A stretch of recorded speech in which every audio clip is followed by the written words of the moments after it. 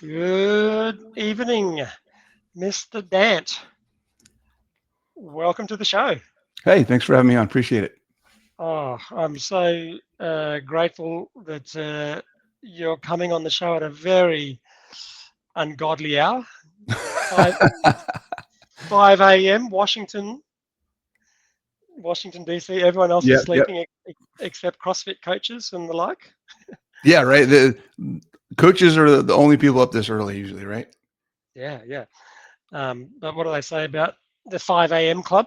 You get more done at 5 a.m. than any other hour of the day.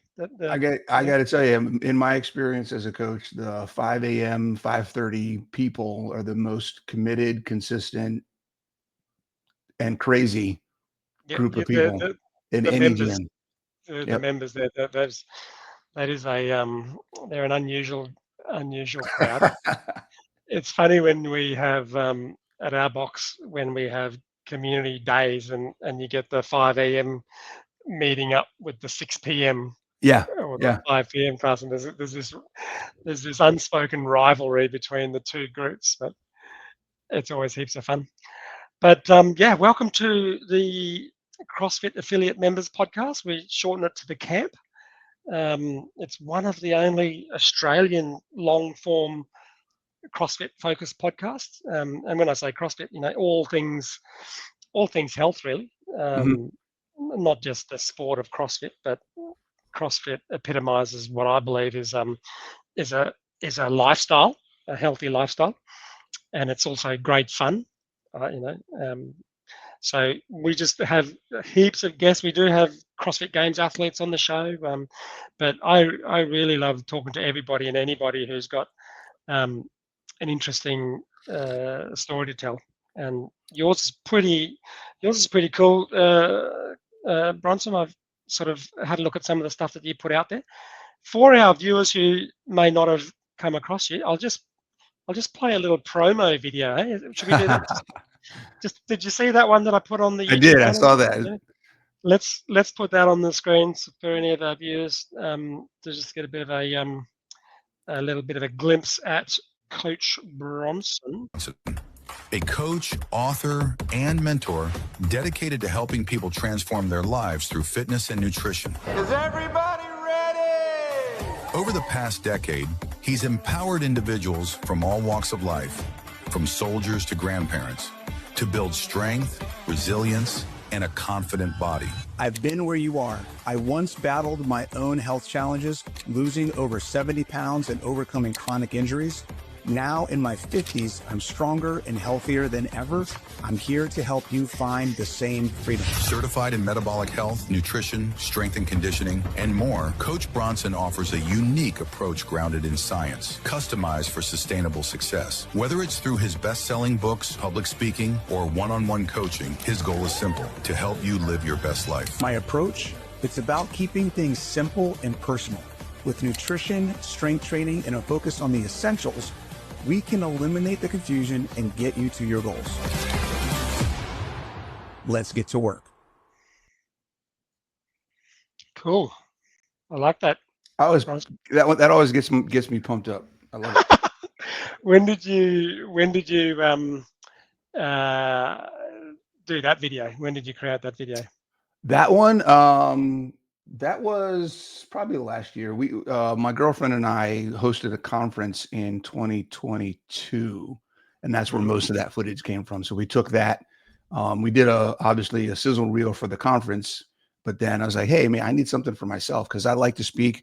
I try to speak get out and do some public speaking a few times a year. So I figured I need something to kind of put something out there to say, hey, there's this guy, he does stuff, he's been around for a while, come have him talk at your event. So Yep. There's a lot. You're obviously pretty busy. There's a lot there. Where do we start? Like other than your physicality, you look pretty ripped. You obviously train a lot. Low body fat percentage. yeah. So Yeah, how old are you to start with? How I'm old are you? 53. 53. Okay. I'm 53. Yep. Same age as me. Okay. I'm nearly 53, 52, almost 53. but and coach. That's your Instagram page is Coach Bronson. Mhm. That's kind of how a lot of people refer you to as you're their coach. And what does that mean? What is coach? What are you a coach of for them? It's changed a lot. I started out in CrossFit. So just a little bit about me, my Mm, background.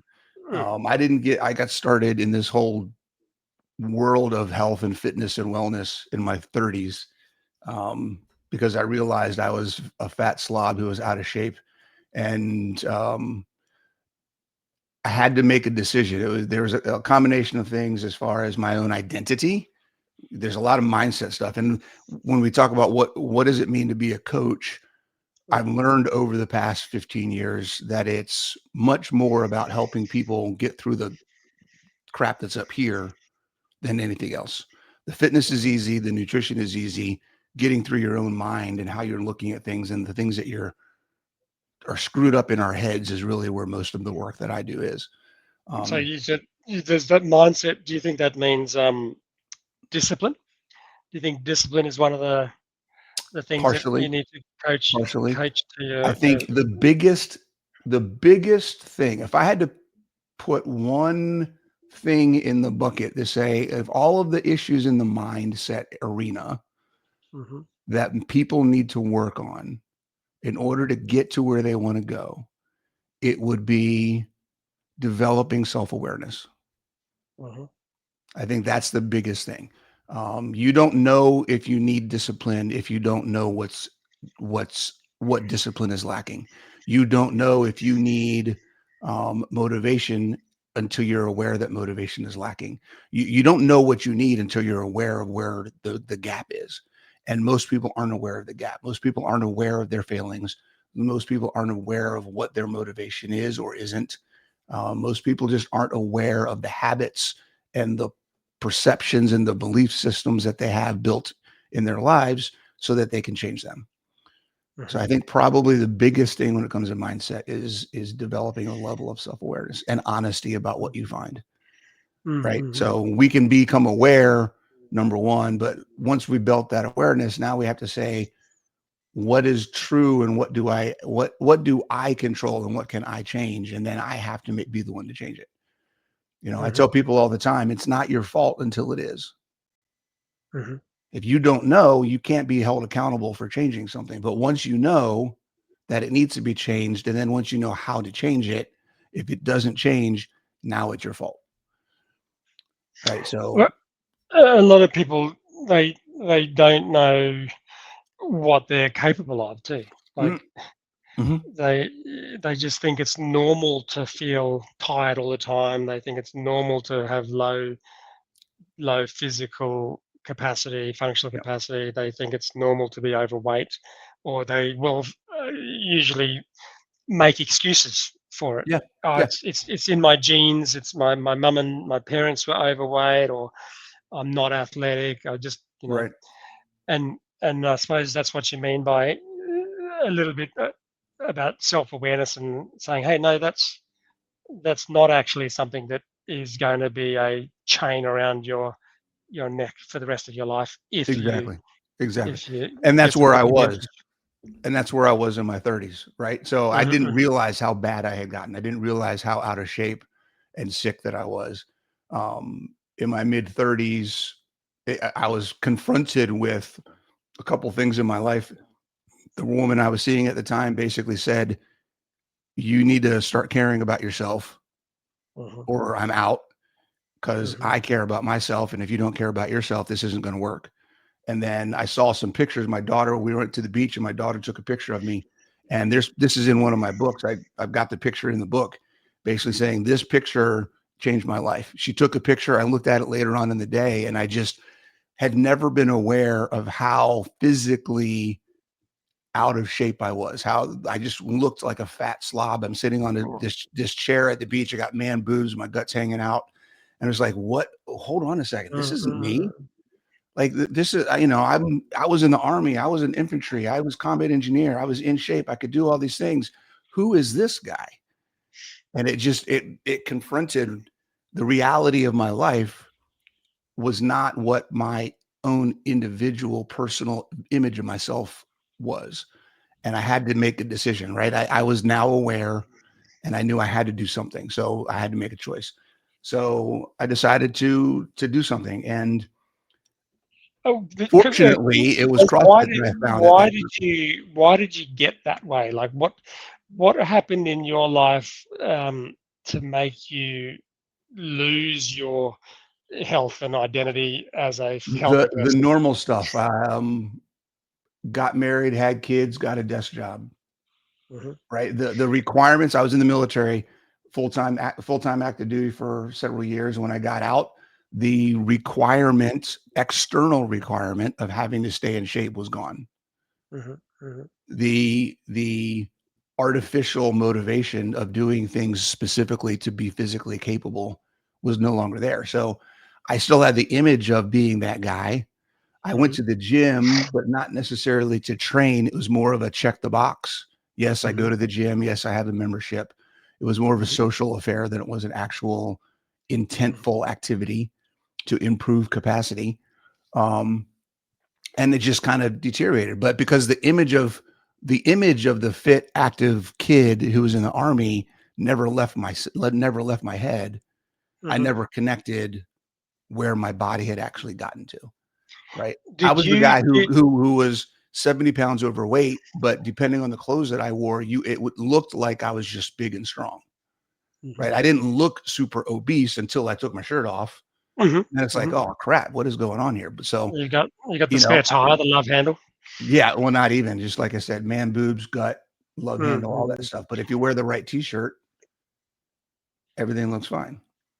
Did you back then, say 20 odd years ago, did you understand much about nutritional Not at all. science as you do now? Not at all.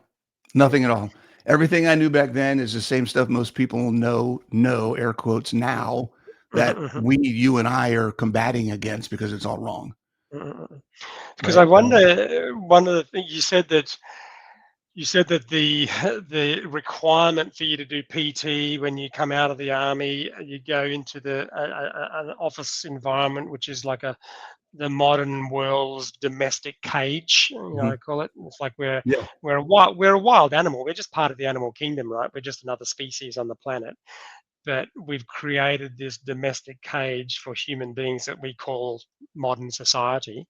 But it's no different to putting a Bengal tiger in a 3 by 4 meter steel cage and letting everyone look at it and eat popcorn, Yeah, right? that's a very interesting analogy. I like that. Yeah. Um, but if human beings naturally remained in a non-industrialized existence culture, and we were eating healthy and we maintained our nutritional requirements, my theory is that those things of deteriorating metabolic health would not occur because because the reason you start to feel sedentary, the reason you feel a lack of motivation, the reason why your body doesn't even know that it's getting sick is because it's kind of being railroaded by the corruption of your hypothalamus and your appetite centers and your satiety centers and all of that stuff, which normally when it's functioning well, you would just go out and exercise whether you were in the army or not. Correct. Well, there's a different motivation in survival Mm. than in living in an environment where survival isn't a concern and you have to artificially identify motivations that are internal because of an understanding. There's another level, right? We have the knowledge and the understanding and the ability to comprehend biological and physiological impact of Mm. activity, nutrition, environment, etc. So we have an ability to connect the things that we do to how our body performs. We have to utilize that connection because we don't have the external stimulus of running from tigers and lions and dinosaurs all the time, right? We're not trying to survive. We're not running 2 miles a day to try to find food and hunt it and then carry it home. That's not how we live our lives. Yeah. So it's a completely different scenario. You're right. It's the modern cage. It's the if you're familiar with the mismatch theory in evolution, right? The idea that industrialization, modernization has actually been more detrimental in many aspects than when we were living off the land. It's kind of like suppressed the primal requirements of the human body. Yeah. Yeah. Industrialization, we're sitting here now on a computer screen. We've sat in this.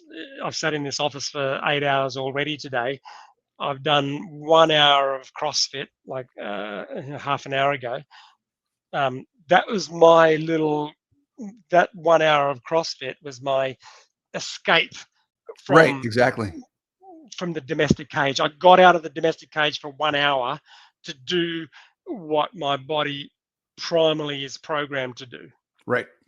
And my DNA is programmed to do that. But And so even many people don't. yeah, and even then, if you really want to get into it, that's technically not natural either, because it's 1 hour out of a 24-hour period where, we go back 100, 200, 300 years, and it was every day. You get up in the morning. I mean, the closest thing we have now would probably be farmers, right? They get up, or ranchers, right? They get up to, 3, 4 o'clock in the morning, maybe earlier, and they start work. They start doing their work, and their work is physical all day long. And then they come home and they go to bed and they get up and they do it again. And there is a physical demand on their body to perform every day, all day long. That's much closer, right, to what we used to be versus where 99% of the world is now. Yeah. And when you go out to those very rare and shrinking sort of locations on the planet, Africa, Papua New Guinea, northern China, which I've been to, they squat beautifully. Oh yeah. Like their smoko, their downtime is in a nice deep ass to grass squat, and they're 80 years old, and it looks identical to the little toddler who's playing in the dirt.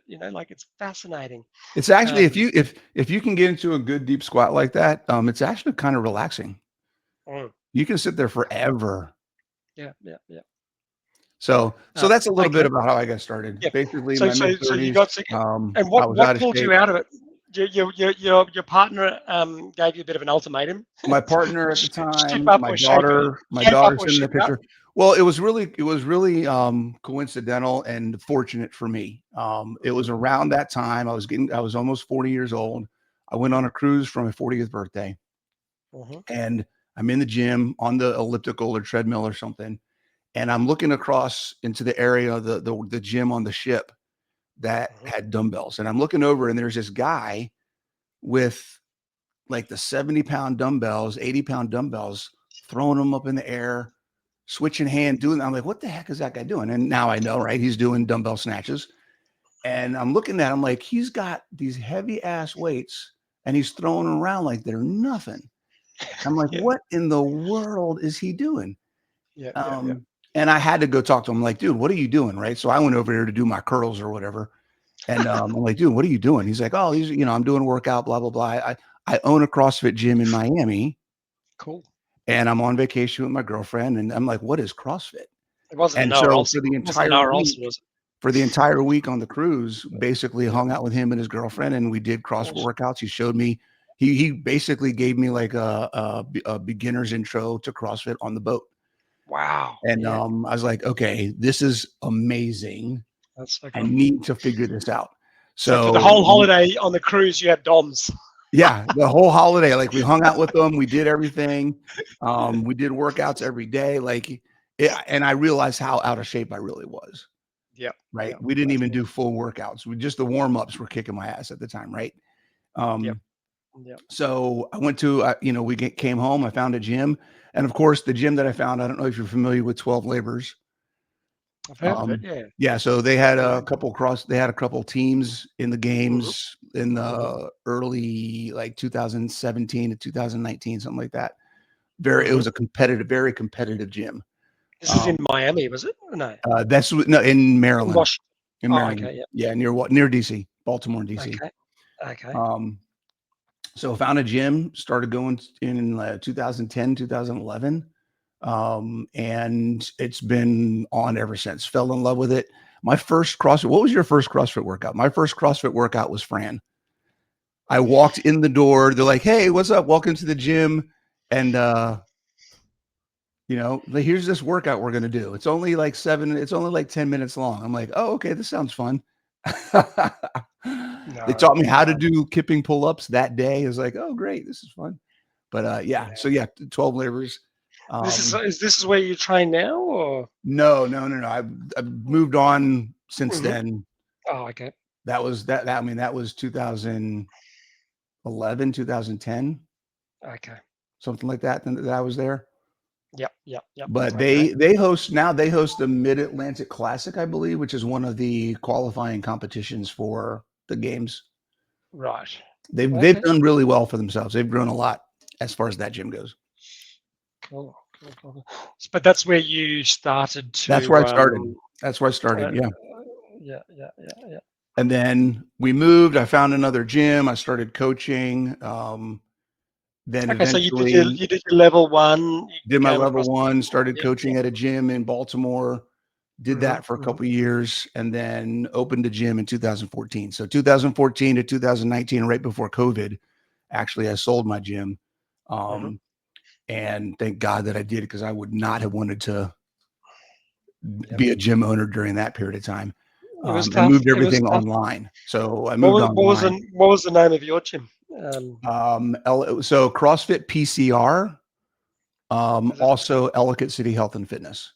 It was in does it Maryland. still have a The owners, actually, they're doing great too. They're doing a good job. They just hit the 10-year anniversary. So I owned it from 2014 to 2019, and then they bought it and they've been running it. They've been doing great ever since. cool. What does PCR stand for? Pride Community Results. Okay. That would have been appropriate around COVID when everyone was getting PCR tested. Yeah. Yep. Unnecessarily, I must say. Okay. And so then you sold the gym and started working like an online. Online. Yep. Doing online group stuff, individual coaching, still Mhm. mostly lifestyle, general population. Mhm. And then just recently I've been moving into, so got my level 3, spent a lot of time getting different other things on the more exercise, sports science side of the house, trying to Mhm. focus more on people like us, right? 40s, 50s, and 60s, people who are athletic or have been athletic in the past and maybe wondering, like, how come I can't do what I used to do? I'm getting old. Everything sucks. Everything hurts. All that kind of stuff. Because the biggest thing for me has been realizing that exercising the right way and eating the right way has enabled me to turn back the time, turn back the Mhm. clock. My experience, unlike most people, I started with fitness and then found nutrition. A lot of people find nutrition and never really think that they need to do fitness. And that's probably the biggest frustration I have in the low carb, keto, carnivore space, is this mindset that nutrition will fix everything. Mhm. And that if I just fix my nutrition, I'm going to be metabolically efficient and I won't get sick and I'll be healthy, et cetera, et cetera. And everybody always forgets that, hey, you need to be physically capable as well, Mhm. right? Nobody has this concept. And I have to say, I've never met Greg Glassman.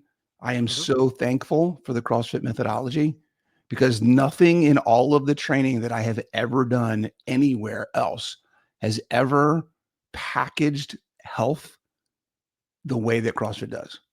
Mhm. Mhm. Understanding the sickness wellness continuum, understanding what fitness is, and understanding the impact of physical capacity to do things on metabolic function is something that nobody, I have NASM certifications, NSCA certifications, weightlifting, powerlifting, functional movement screen. I got precision nutrition. I've got all of the major trainings and certifications out there, right? I've got a master's in exercise science and nutrition.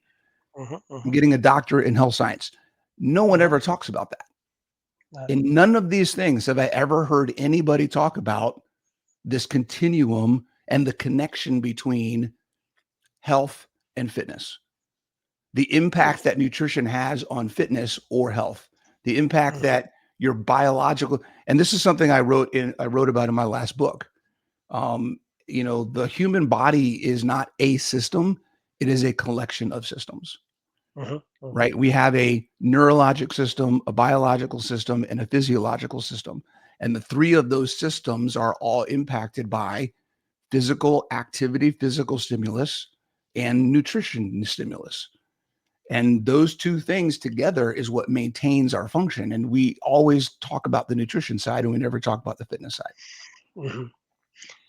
Yeah, I think what you're saying, I'll try to sort of paraphrase it.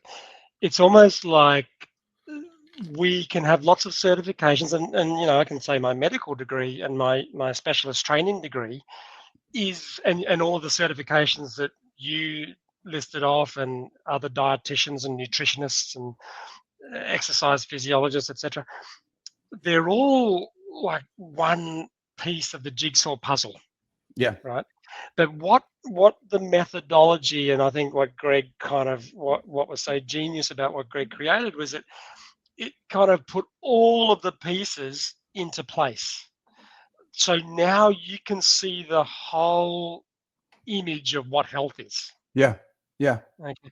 And I go a little bit further to just sort of describe what I refer to as the pillars of health. The pillars, and if you think about a building and a platform, the pillars that support health are movement, proficiency, quality movement, not just Gumby movement, but quality movement, quality nutrition, not just eating, Cheerios, sleep, quality sleep, not sleep because you've exhausted yourself after night clubbing and drinking alcohol, and quality stress management.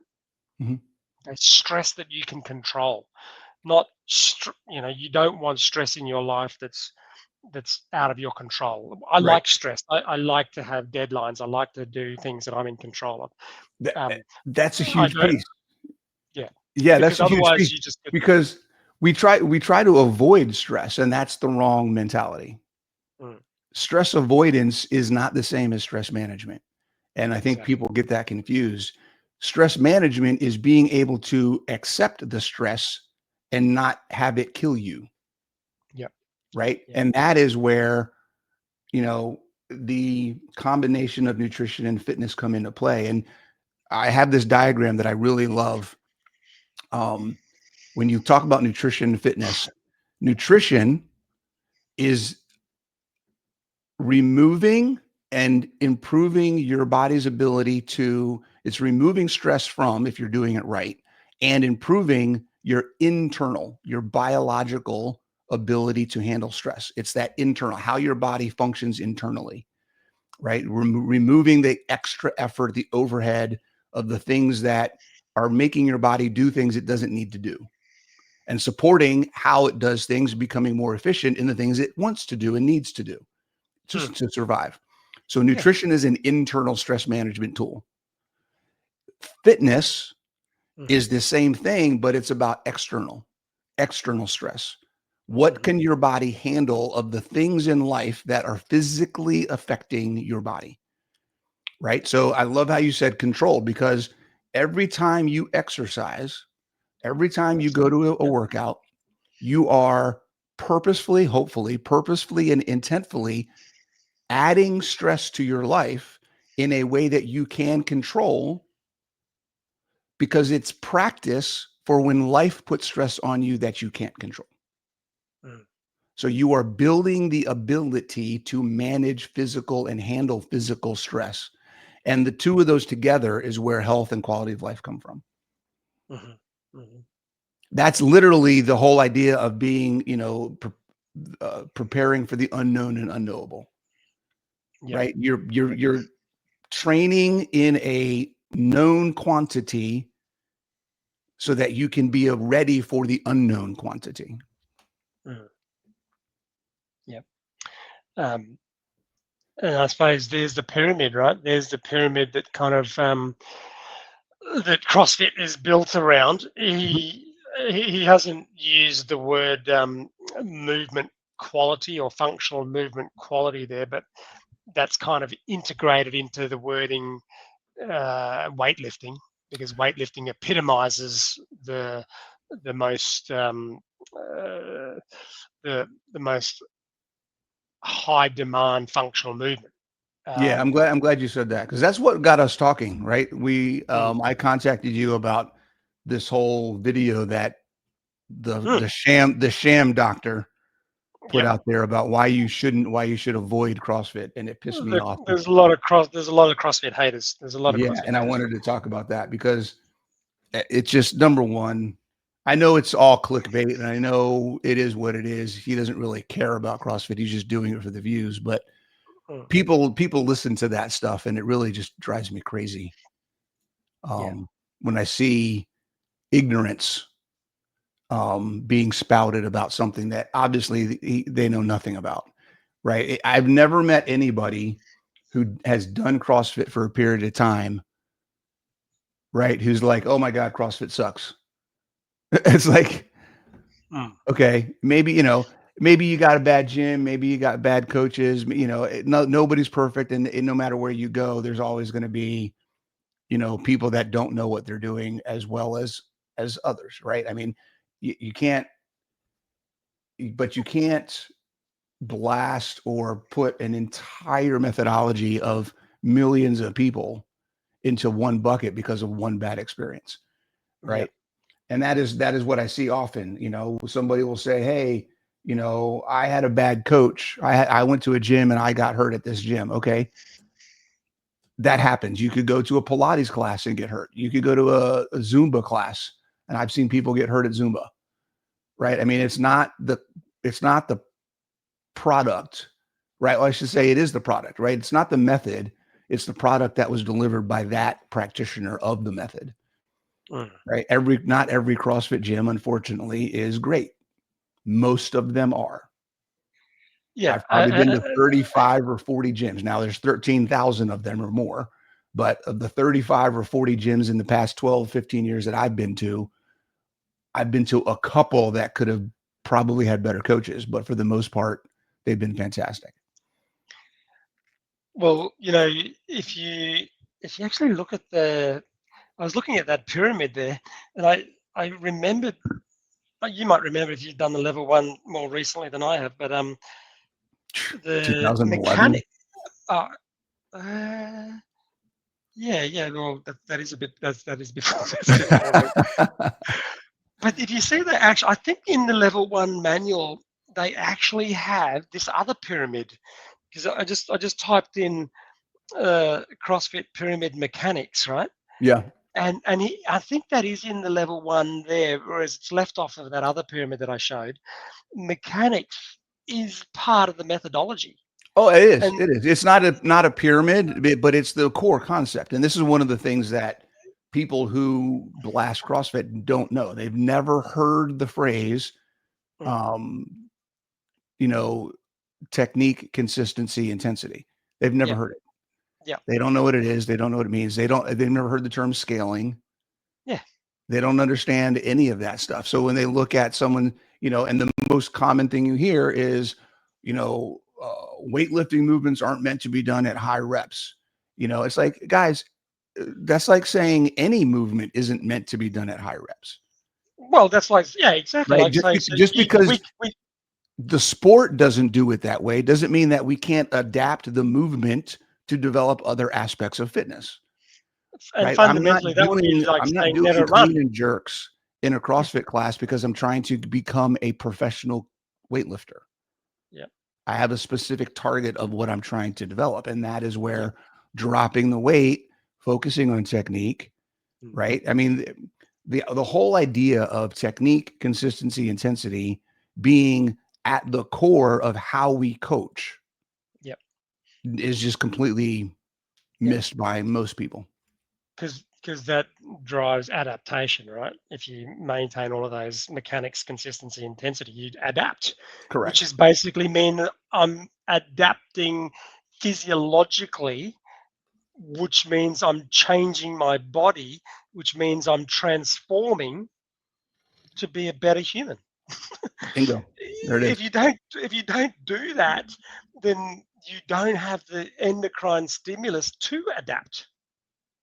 Well, and there's this whole central nervous piece of it. There's even getting into the the mental aspect, Oh, right? gotcha. Just the here's the thing. What we say when we say become a better human being, Mm, we're not just talking about metabolism. We're not just talking about strength, mobility, or we're not just talking about endurance and stamina and agility and balance and coordination and flexibility and power and speed and strength. Like we're not just talking about those physical aspects of fitness. For many, particularly in general population, for many of the people that I've worked with, the ability to do something, you said this earlier, most of them don't think they can, right? The ability to do something they never thought they could do makes them better, right? I remember when my mom was my first client when she was 60. She started working with me. mhm. Um, the first time she did a 20-inch box jump, the level of confidence in her ability that she has had since that time, and that was Yeah. years ago, Hmm. right? The love that she has developed for deadlifting, the love that she Mm. has developed for staying in shape now, she's in her 70s, comes from the continual progression and her seeing for herself that she can do things she never thought she could do. So that's really where I think a lot of the benefit comes from. Yeah, there's a ton of physical Yeah. benefit, Yeah. but going back to that survival and living in this modern lifestyle, Hmm. nobody's challenged to do hard things anymore. Yeah. Yeah. The So we don't confidence that it know that gave we her. can do Yeah. them. And when we see something in front of us that's hard to do and we go do it, Hmm. that puts us in a whole different mentality about how we live our lives. Mm-mm. Have you got any thoughts on what? Just say your mum. Just say your mum joined a running club, or what's it? Just say she joined a tennis club, Mhm. uh, and she got better at playing tennis or got better at running. Do you think that the the stimulus would give her anything remotely similar Oh, to no, not at being all. able to deadlift and box jump? That's a silly question. Absolutely not. Because a lot of people do that, right? A lot of people, just serendipitously, like how we stumbled into CrossFit, like that fellow on the boat. Sure. For you, will stumble across tennis clubs Yeah. or soccer clubs or Yeah. whatever, and they will rave about it. They'll say it's so good. I'm so glad I found my local running club because it's changed my life. What is the difference? What do you think is happening for those people who? I think so. It's the same. The only difference is in what they're developing, but the experience is the same, right? So the experience of I found a group, I found a community, I found people that I relate to. We're doing things that are fun and enjoy. I'm getting out. I'm using my body. So all of those aspects are still there. It's just missing. It's the different. There's a different intent. Mhm. There's an intent of or an expectation, and this goes into the ignorance and the um, lack of understanding that we talked about before of connecting work capacity, physical capacity and ability, and what fitness actually Mechanics? is to Yeah, what we're doing in our activities. So most people don't understand fitness. yeah, They don't know the 10 components of fitness. They don't understand the metabolic pathways. They don't understand any of these things, right? They don't understand seven essential or mm, I call them seven essential movements. I know that's a little different CrossFit basic, yeah, essential movements, yeah, but um, so they're thinking I'm being active because right now society equates activity with fitness. As long mhm, as you're mhm, busy, As long as you can walk 10,000 steps a day, then you're doing stuff to improve your fitness. So there's a lack of understanding of what fitness is. So for them and the view and the picture and the information that they have available to them, it's great. It's fantastic. It's awesome. What happens, and this is where I fit in what I do mostly right now, is working with people who have been doing that for 10, 15 years. Right. I have a running client right now. He's in his 50s. He's been running for 20 years and started realizing, hey, my running is getting worse. What's going on? And then we got to look at, hey, what is your schedule? What is your training? Are you doing any other things besides running? How often do you run? How long are you running? What are you eating? Right. And we start looking at all of these things and these patterns that have been taught to these people, to most people over the last 50 years about what they need to do for nutrition to fuel their sport, which we know is way off. And we'll talk about that a little bit, I think, because I have some work that I'm doing in that arena. We have many people who think that more is better, right? And most of my athletic clients, overtraining is the number one issue. I have more people in their 40s and 50s who are dealing with OTS, overtraining syndrome, than you would ever realize. Right. And unfortunately for them, in many cases, the only remedy is to stop doing what you're doing completely. Right. And for runners, particularly, it's always the runners. It's always the endurance athletes. Absolutely. All they want to do is run and bike. It's like, guys, you got to do you got to get some squats in. You got to deadlift. You got to stretch. Right. You got to do. Bronson, I saw a patient today who was a professional runner. Yeah. He had stress fractures of his sacrum on both sides. He had osteoporosis. He had osteitis pubis. He had no glute. He did not ever squat. Yep. But he can run 42 kilometers or whatever miles in some unbelievable time. Right. And he thinks he's fit and healthy. Exactly. Because he's got a high VO2, he's got low body fat, so he must be healthy.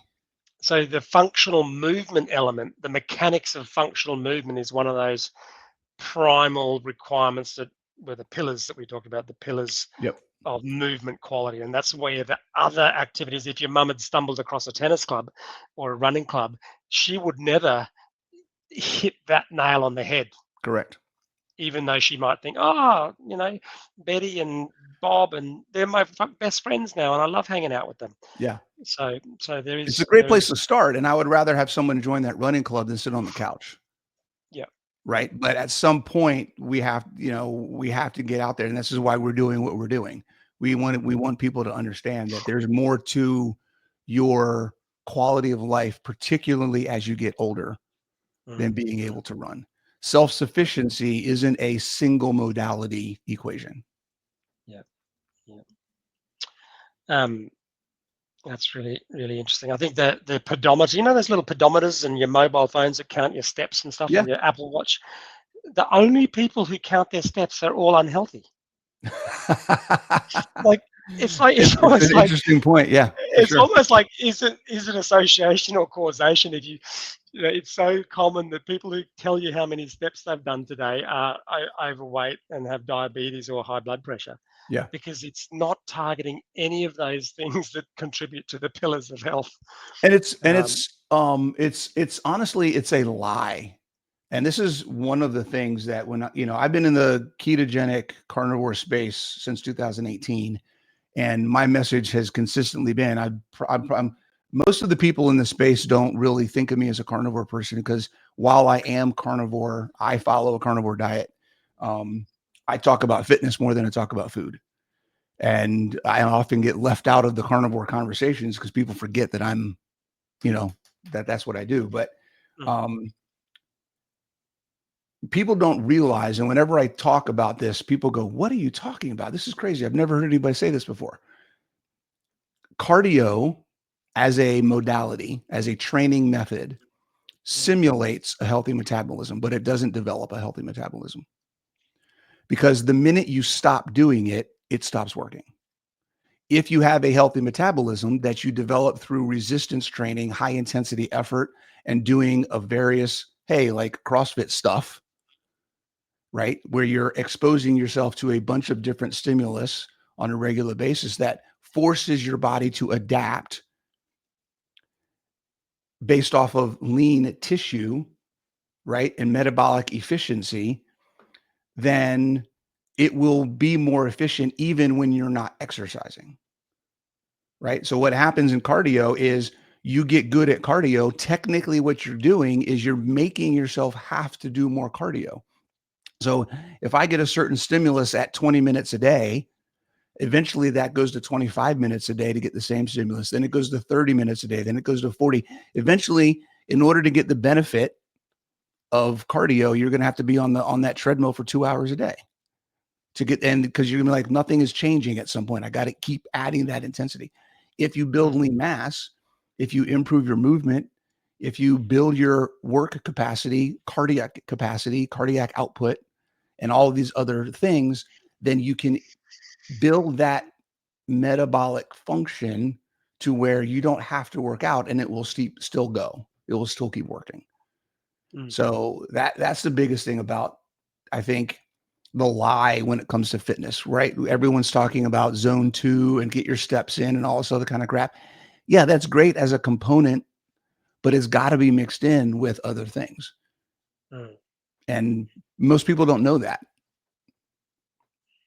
Yeah, no, I totally agree. Well, maybe that's a good little time to switch over to the There we go. the famous fitness in 100 words and a bit of nutrition. It as we showed before, it's considered to be the base of the pyramid. Almost like it doesn't matter what you do to your vehicle. The most important thing really is what you put in the petrol tank, right? Yeah. Well, I have a yes and no. I think it's kind of a chicken egg discussion because you can have great nutrition, but if you're not doing the other stuff, what's the point? So I think it's kind of one, because again, I started on the fitness side and then I found the nutrition piece. So I think it can be one or the other. At some point, you just have to include them both. Go back to that pyramid again, because this is something that I want to call out, that I think this is one of the few mistakes in this methodology that I want to address. And I think at the top, it says sport. I think that should say quality of life. Because for the general person, life is their sport. Yep. And CrossFit is not designed to develop athletes. And I think that context, that concept is the one area where many CrossFitters, particularly competitive CrossFitters, and this is how I was brought up at 12 Labors. When I first started CrossFit, everybody in the gym was athlete. You're an athlete. You're not a member. You're not a client. You're an athlete. And it took me a long time to realize, no, I'm not an effing athlete. I'm a dude. I'm 40 years old. I'm trying to just live my best life. I'm not an athlete. I don't need to be an athlete. I just need to be a better version of myself. So I think that is something that gets misconstrued, particularly when you look at the games versus what happens in most CrossFit gyms. Most CrossFit gyms do not have athletes. And if you are trying to, and if you're a coach, if you're a gym owner and you're listening to this, and if you are calling your people athletes, you might be doing them a disservice because you are not meeting them where they are. So that would just be something I'd call out there. I think that's probably the one thing in this whole methodology that I would change. Yep. I think there's a lot of refinements. I mean, obviously Greg probably didn't. He probably spent half his life mulling over these very these very pertinent little information pearls of wisdom, and he's probably refined them to be as impactful as possible. But the sport, I probably agree there. maybe the way to think about it is like the relativity term. Remember, it's relative intensity. And Mhm. what I say to some of my members who transform from being in a wheelchair to having throw the wheelchair out, having no requirement for pain medication anymore, and then um, being able to do a WOD, is that in relative terms, you've won the CrossFit Games. Absolutely. 100%. You've won. You've won the CrossFit Games in your world and in your relative space of your ecosystem. You've you've you've matched Matt Fraser and Rich Froning. Well, it You know, gets like the whole, because it's, you now know you can now mow the lawn. yep, Um, and CrossFit and all of those pillars that we're talking about have allowed you to do that. For Matt correct. Fraser, for Tia Claire, for Rich, it's for them. It's literally standing on the podium, but it's no different. The underlying fundamental things that are happening to the human being are no different. It's just at a relative scale. Right. It's intensity, not type, right? I mean, that's the whole thing. A professional athlete versus grandma, they Hmm. have the same needs, Yep. but it's not the type of things that they need that are different. It's the intensity that they need is different. Yep. I tell people all the time, your fitness goals should start. If you're wondering, if you're listening to this, or if you know somebody you're trying to get into CrossFit, here's how you sell it to them.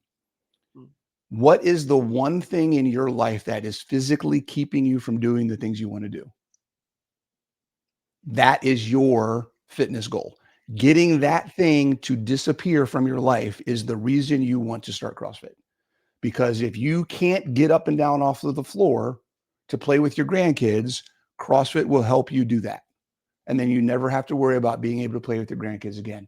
If you can't go into the garden and garden like you used to 10, 15 years ago because your knees hurt, your back hurts, whatever else, CrossFit will help you do that. So your fitness goals should always start as a beginner.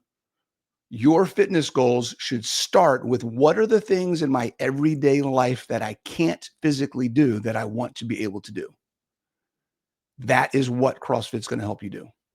That's how you get started. That's your motivation. Yep. You don't need to worry about how much can I deadlift right now. You don't need to Exactly. worry about how fast can I run a mile. You don't need to worry about learning, I need I can't do double unders. Who cares? We want to get you to the point where you can do every single thing you want to in your everyday life better. Mhm. That's your motivation. That's how you get started. Yep. That's what it's all about. Okay, And you, so and you don't need to sorry. eat carbs to do it. Okay, well, let's talk Let's about talk about that. that. So, eat meat and vegetables, nuts and seeds, some fruit, little starch, no sugar. Keep intake to levels that will support exercise but not body fat. Okay, so that's Yep. like that's the big nutrition component. That's the big metabolic component of fitness in 100 words. So what's happened? What's happened to the base of the pyramid within the CrossFit It's a space? mess. It's a mess. Everybody's got their own opinion. Everybody's trying to sell something.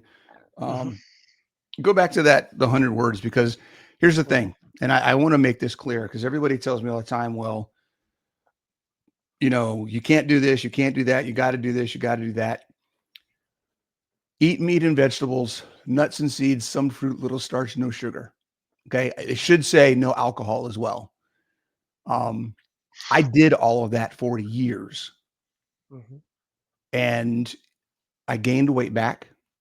Right. I initially lost 70 pounds. When I started CrossFit and I started changing my diet, I initially lost 70 pounds. I gained probably 65 of it back. As a CrossFit gym owner doing CrossFit all of the time, I gained it all back. Wow. Eating just that way. Mhm. No processed foods, nothing. No alcohol. I stopped drinking alcohol. I did all of this just like just like this says. And I Mhm. went from almost 250 down to Mhm. 161. I think my lowest was 175, back up to like 250 or 240, 245. Right. while doing this and doing CrossFit. So I got in better shape. I was almost 250 pounds. I could do a Fran, right? I could do a Grace. I could do a Filthy 50 all day long, right? But there was a point in time as a gym owner, we had a pool party at one of my members' houses. And again, someone took a picture of me on the diving board. I saw pictures later. I looked at that picture and I was like, what the hell is going on? That guy on the diving board, this is now almost 10 years later from that first picture that got me into doing something on the beach. Mm-hmm. That guy on the diving board looks exactly the same as that guy on the beach almost 10 years ago. What the hell? I'm in better shape than I've ever been in my life, but I'm still this fat slob. What is going on? I don't understand. And I was struggling with this whole idea of trying to improve my lean mass and lose body fat. Every time I did that, guess what happened? I got weak. My physical performance decreased every single time I did that.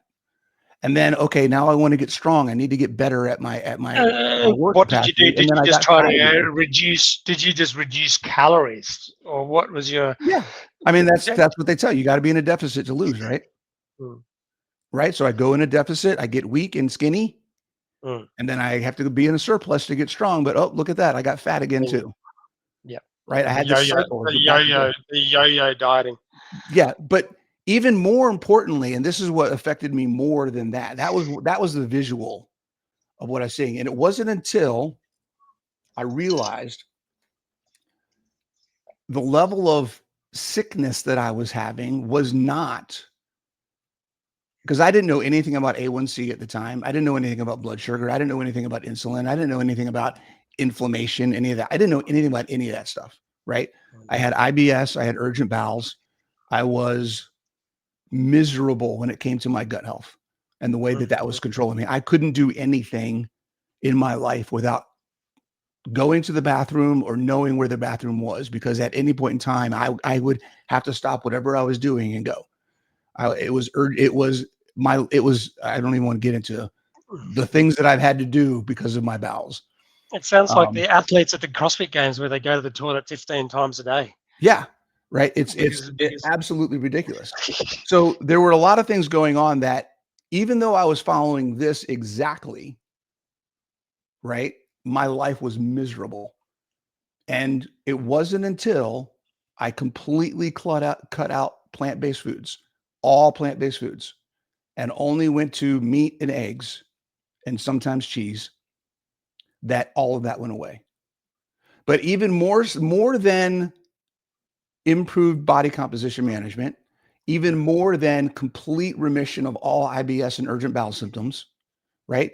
The biggest impact on my daily life was being able to train again the way that I wanted to train. I was at a point in my life in 2017, 2018, where I had a torn meniscus in my left knee, two labrum tears in both shoulders, herniated discs in my neck, chronic pulled groins, chronic pulled calves, chronic pulled hamstrings.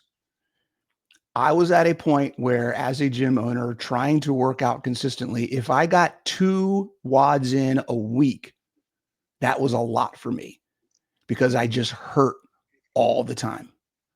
I had more time recovering than I had training, and it was driving me absolutely crazy. The minute I stopped eating plants, right, it took me about 90 days to start realizing, hey, wait a second, I don't feel like shit anymore. My knees aren't hurting anymore. My shoulders aren't hurting anymore. That's crazy. Right. And I'm like, okay, what the hell is going on? And that's really where I was like, I need to figure out what it is about nutrition that is making this different. I didn't start the carnivore diet because of that. I started because I wanted to heal my gut. Yep. Right. It was a gut thing for me. It was a digestive health thing for me. But then I realized, 3 to 6 months in, I realized, wait a second, nothing hurts anymore. I can do muscle ups again and my shoulders aren't trashed after doing 5. Yep. I can do this. I can do that. Wait a second, my knee, I can squat again. What the hell is going on? Like, all of these things started getting better. And that is why meeting Dr. Amy West and looking at the work that she's been doing in insulin resistance, glycemic variability, and musculoskeletal issues was impactful for me, because watching, getting to know her and listening to her work, that's when I realized, this is years later now, this is almost 8 years in, that's when I realized my health was not evident in my A1C. My health issues were not evident in A1C. They were not evident in my inflammation markers. And if they were, I wouldn't have never known, because I never really cared or knew about them. I never knew about that stuff. Right. But if you look at the correlations and the relationship that she talks about in how glycation from constant carb input, particularly the spikes and the drops, that up and down of glucose in the system, impacts the health of your ligaments, tendons, and muscles, and how they basically destroy the structure of how the soft tissue works. That's where a lot of injuries come from. That's what I was living. Mm-hmm. It was like, wait a second.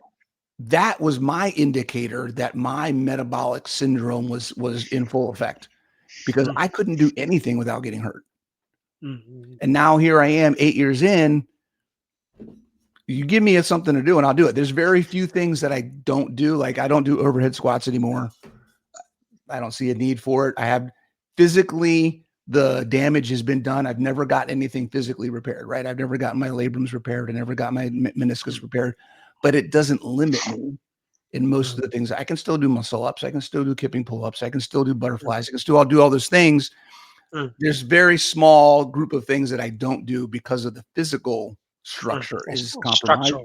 But the day-to-day life and the being able to work out consistently, completely fine. I'm 53 years old. I train 4 to 6 days a week. I just showed some photos of your physique, and lady, like you're a 25-year-old. This diet that you talked about, so it's almost like this is a glorified eat in moderation type of diet, like a little bit of everything. Mm-hmm. Do you know, like everyone says, "Oh, everything in moderation." Yeah, that's a common. And it's great for most people. It's common catch cry, but you were doing that and you got sick.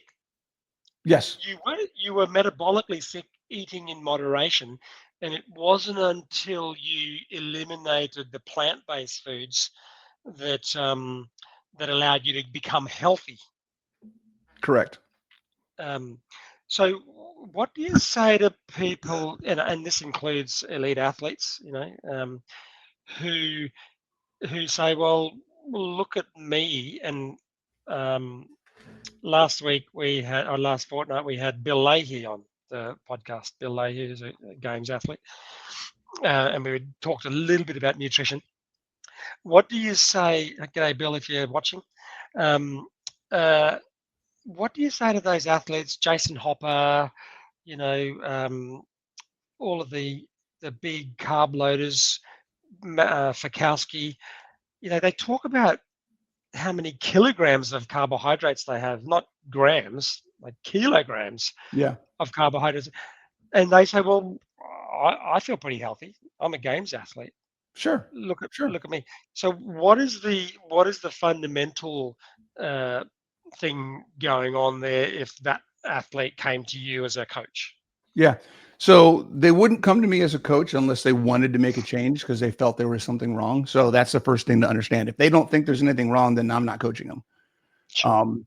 But to start off with, the longevity of their ability to perform at a high level is being compromised because of the exact issues that I'm talking about. They are at a higher risk. Now, I'm not going to address the elephant in the room that's been in discussion a lot lately. There might be some other things going on that is impacting their metabolic function or how things are impacting their recovery and stress, right? It's not all just food that's happening. There's some peptides and some other things that are in the mix as well for many of them.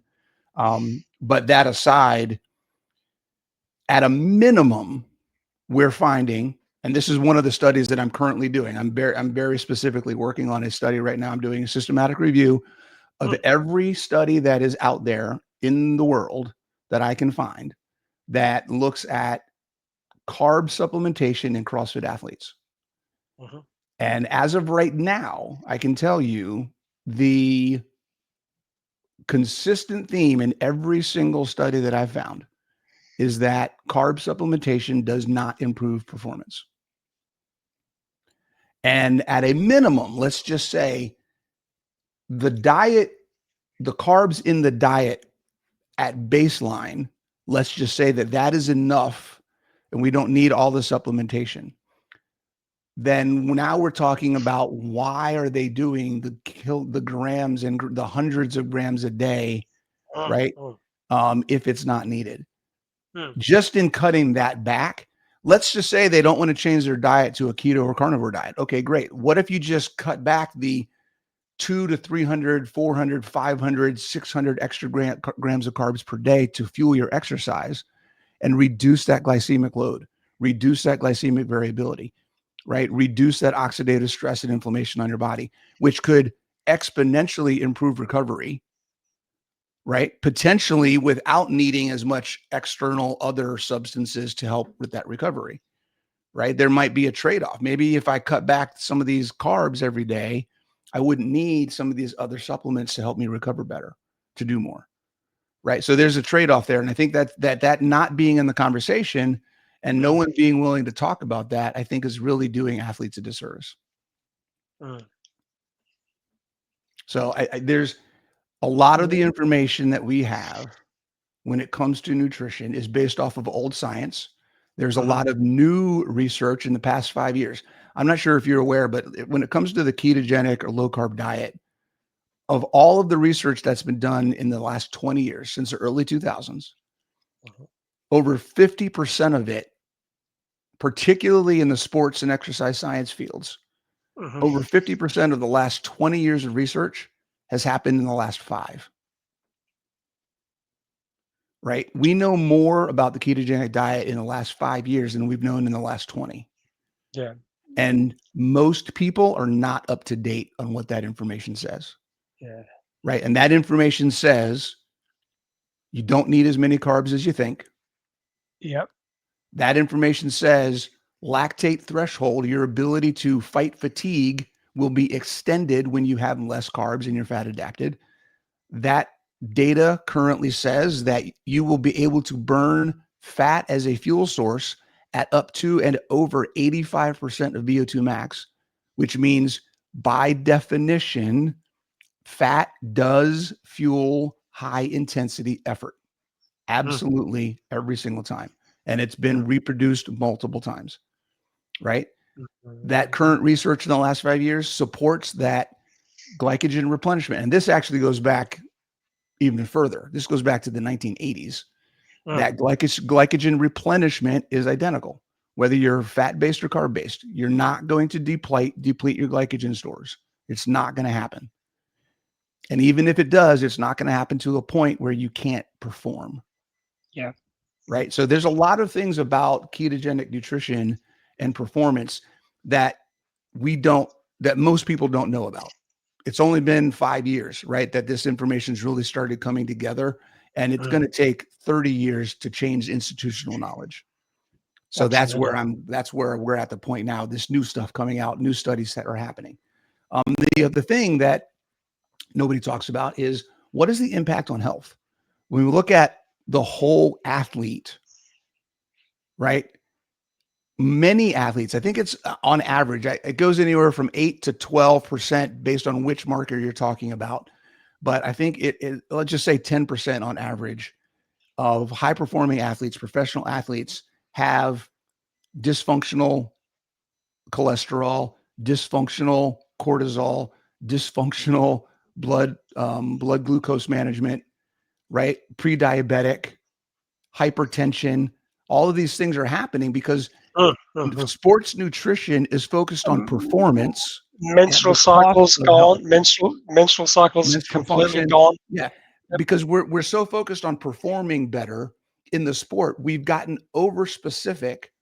And just like we have the pyramid of the general fitness for the general person, right? We're not looking at what is metabolic health as opposed to sport specific performance. Yeah. And we've forgotten the general consensus, the general concepts, paradigm in sports nutrition is that performance comes first. And where we've missed the idea that performance cannot happen in a metabolic vacuum. And That's if you so. don't take care of metabolic function first, then performance can be artificially improved short term, but it will not be sustainable, and you are going to break the athlete. Yeah. And that's where we're at right now, and that's what we need to fix. We've got to get back to metabolic function as the foundation, and then build sport-specific performance on top of that. And we're not doing that right now in sports nutrition. Totally agree. It's almost like the athletes, they are great despite their nutrition. Yeah, exactly. Yeah, right. Because a lot of them, and I see it all the time, you know, someone will win a competition and they'll give thanks to their nutritionist who's just been loading them up with, you know, sweet potato and chickpeas and you know, rice and obviously a lot of meat as well, but you know, lean meat, and it's like, yeah, you're great despite your dietary advice. Yeah. And that's a testament to the methodology. Yeah. That's Well, and that's the challenge, right? Because theoretically, the way we're doing it now works. So it's hard to say, well, there's something better, because here's the thing, and this is the challenge, because the focus is on performance, we're not looking at the whole athlete. You can't, it's really hard to go to an athlete and say, hey, I need you to take 12 weeks off, adapt to this new methodology. It's not going to improve your performance directly, because here's the other thing here's the downside of the ketogenic diet and what we're finding in research, right? Direct performance doesn't change. Okay. And this is good in the sense that I can go to an athlete and say, becoming a ketogenic athlete, a fat adapted athlete, is not going to hurt your performance once you're adapted. The first 12 weeks could be rough, but once you're adapted, you're going to be fine. You're going to perform exactly the same as you do right now. As that's what the data shows. They're all terrified The of thing that they losing can't strength. see, and this is the part they can't see, is the metabolic function on the tail end will be much better. They will be able to perform at that same level, whatever level it is, for longer. They won't burn out as fast. Their chance of getting injured will be lower. Their recovery will be faster. And what that means is that over time, they should increase their potential. Their window for improvement should also get better and bigger. So they have a bigger growth area now, as opposed to being limited. So they are performing great under their current nutrition methods, but they are, in my opinion, they are limited in their potential for growth because of those same nutrition methods. So it's a little bit of more of an investment in longevity, healing or avoidance of injury, recovery, being able to train, you know, harder and more consistent, and those things can sort of pay off in dividends, rather than hey, if you go ketogenic, you're going to become stronger. That's not what the research is kind of showing. Correct. But it's more of a it's an investment. And you said 12. You said 12 weeks was what you. That's what I recommend. The most studies are showing. There's another. I'm working on a few different papers. I'm doing another paper right now that's comparing adaptation periods to performance outcomes. And right now we're finding that there's a break point around 40 days. So around 6 weeks. Is that 6 weeks? Yeah, around 6 weeks. We're finding that, around 8 weeks. Yeah, six to 8 weeks. We're finding that I'm trying to do days and weeks. I'm trying to do math right now. It's early for me still. We're finding that anything before that, the outcomes are about 50-50, either reduced performance or no difference, right? But anything over that 40 days, it's all showing no difference. Yep. Yeah. So the data shows around 40 days, around 6 weeks. I like to give people, based on where they're coming from, 8 to 12 weeks is my recommendation for most people. Most people that I work with, even though I give them, say, expect 12 weeks, usually between 6 and 8 weeks, they're like, hey, wait a second, things are starting to look better. I feel better. I have more energy in my workouts, etc. So yeah, there's definitely an adaptation period that's involved. Yeah. And also, like, if you think, what's your health going to be like when you retire? That's Are you the going to bigger have thing. are you going to have a heart attack at 60? You know, Absolutely. your career's 20 to 35 as a professional individual athlete. Yep. But if you keep chomping and glycating all your proteins with your high glucose diet, what is your coronary vessels going to look like? What is your central nervous system going to look like? Yeah. When you're 60? Yep. Absolutely. Is that not important? Like, Yeah. Yeah, This is incredible. a flip side discussion too, right? Where on one hand, it's interesting. We have the general public who thinks that nutrition is going to fix everything and they don't need fitness. Mm-hmm. And then we have these high level athletes who are using fitness to improve their performance, but they think because they're so fit that they're healthy. Mm. And we know that just because you're fit doesn't mean you're healthy. Super Right. fit, There's a lot unhealthy of people. factors that go into how your body works that have nothing to do with your fitness level. Yeah. There are a lot of high performing athletes who are very unhealthy. Yes. Well, it's ironic to think that anyone would say, "Look, I am elite. I'm an elite athlete. I'm the fittest on the planet, but I don't think I need to have elite metabolism to Yeah. achieve that." Like, it just doesn't make sense. If you truly are the fittest on the planet, that should be linked to also having elite metabolism. Sure. Why would they not be?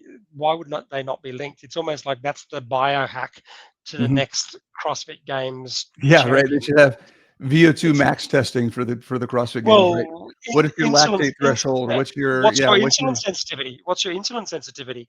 Mhm. But there's a bit of a. Have you come across a lot of funding bias in science? Like, there's no real incentive to promote the science and the value of ketogenic diets. Like, I haven't butchers found are funded, chicken farmers and egg farmers aren't going to yeah, fund it. yeah.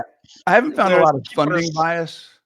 I found a lot of just dogmatic people who don't want to acknowledge and specifically leave out concepts and methods in their research. Yeah. I have a paper coming out. I've actually been working on a paper with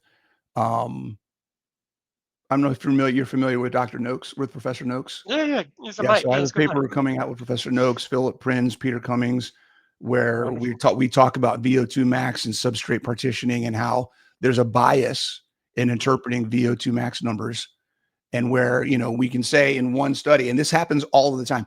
The studies that I'm looking at duration and performance, duration of keto adaptation to performance outcomes. The number of studies that use purely metabolic performance numbers with no physical output and claiming it's a performance output is mind-boggling. Mm. Right? They'll do a study and they'll say the lactate was this, the RER was this, the VO2 max was this, the crossover point was this. This is a detriment to performance. Mm. But if you look at the run times in the 5K time to complete, they're all the same. But because the metabolic markers indicate metabolic inefficiency, that's bad for performance. Like, no, they performed exactly the same. Who cares what their metabolic markers are? Their metabolic markers change because I'm burning all fat in one person, I'm burning all carbs in another person. You can't say that is causing an inefficiency if they both perform exactly the same. And that's the kind of thing that I see all of the time. Right? It's like I can be an athlete, and if I train to improve my fat oxidation, if I train and do lactate threshold training to improve my lactate threshold, reduce my lactate production, and improve its lactate clearance, if I train to push my crossover point to a higher percentage of VO2 max, then everything's great. But if I change the way that I eat and all of those exact same things happen, somehow it's now metabolically inefficient.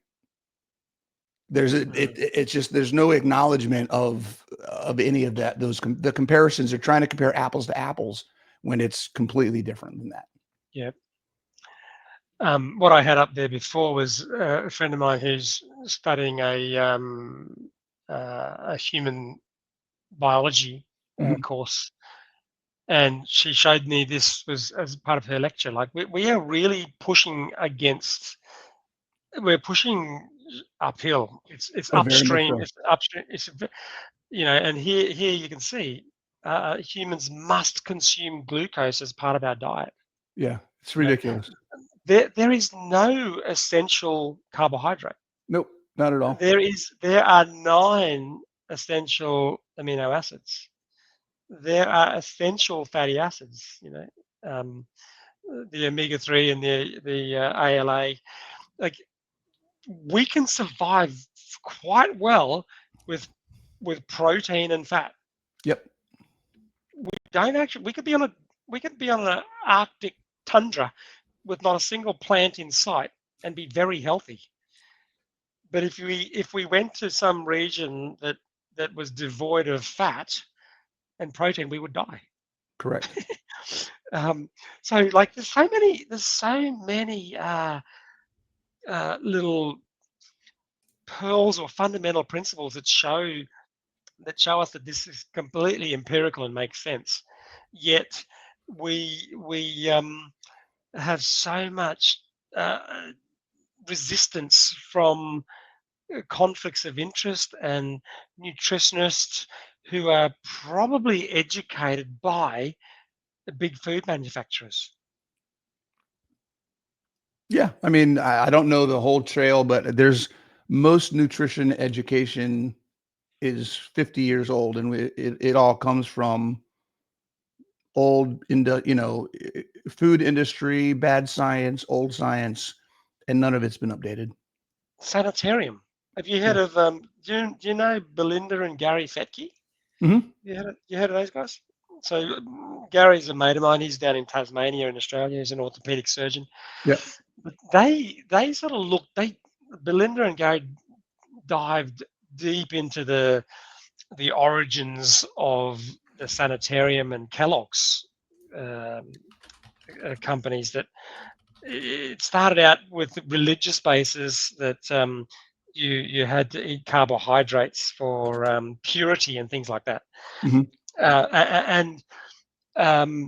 And Sanitarium is now such a massive organization that they sort of underpin a lot of the nutrition education that and textbooks that our dietitians are learning from. And that was reflected in my friend's university course in Brisbane, Australia. Yeah. She's being told that you got to tell patients they need glucose to keep their brain functioning. But what have we got here? We've got Joseph Kraft's insulin research, where he looked at people, giving them a glucose load and measuring their insulin response. Yep. Insulin is a absolutely key hormone in metabolic health and in athletes as well. What do you want to talk a little bit about the effects of insulin and the responses of insulin to carbohydrate? Well, I mean, I think it's a fairly, I would hope most people understand that, when you take in carbohydrates, your insulin response is triggered. I think the biggest thing to understand that people don't know is that protein and fat have an insulin response as well. Mm-hmm. Pretty much any time you eat food, you're going to get an insulin response. And the difference between the two is that carbohydrates spike it. Mm-hmm. Protein and fat in combination increase it. There is a raise, but it's not a spike, right? So it's more manageable. It's not as harmful, and it doesn't create as much of an issue, and it lasts longer. So the area under the curve is very similar, right? But it's a longer process that's more managed if you're using protein and fat as your insulin stimulator versus carbs. So you can still have insulin in your system. Your body is still going to produce and utilize insulin. Just because you don't eat carbs doesn't mean insulin disappears. Yep. That's the key. That's really the key factor there. Well, fat is, and Professor Noakes talks about fat being the most healthy macronutrient, Yep. in the sense that it has the least insulin response when you eat saturated animal fats. But what Joseph Kraft kind of shows in his research was that once you develop insulin resistance, your ability to then deal with even like a sweet potato or rice or bread, which most people would not. Yeah, most people would not think that rice or bread or sweet potato, which is primarily starch, which is then starch is just long chains of glucose, right? But then it behaves metabolically no different to candy, confectionery. Yeah. The bread then and the potato that you're eating, if you develop insulin resistance, is no different to confectionery. Right. But the insulin resistance comes about. The insulin resistance creeps up over time, like you said in your bio, of when you became unhealthy and overweight and had the love handles, was because you slowly developed insulin resistance. You probably weren't eating donuts and ice cream, right? You were probably eating that moderation diet that you couldn't identify as being equivalent to confectionery because of the insulin resistance. And you didn't cure your insulin resistance until you went carnivore. Correct. The carnivore cured. Yeah, I was doing all whole foods, veggies, and sweet potatoes. Yeah, whole foods. Yeah, right. Yeah. And that was it. Which is what they tell diabetics and people who have high blood pressure and dementia to eat. Yeah. So they're never going to be able. They're never going to be able to cure their insulin resistance. Hey, I've got another call I got to get on in 3 minutes. Okay, Bronson. Let's. We could do this again. I would love to hop on. There's plenty Yeah. more stuff we could talk about if you want to do this. Let's end it there. There's just so much to talk about here, but I think we touched on all of the important elements. So I'm happy that you've been able to enlighten our guests, mate. It's been a blast. I appreciate it. Let's stay in touch. We are completely on the same page, and I think we need more people talking about this stuff. Awesome. Okay, thanks. Take it easy. Nice meeting you, everybody. Bye-bye.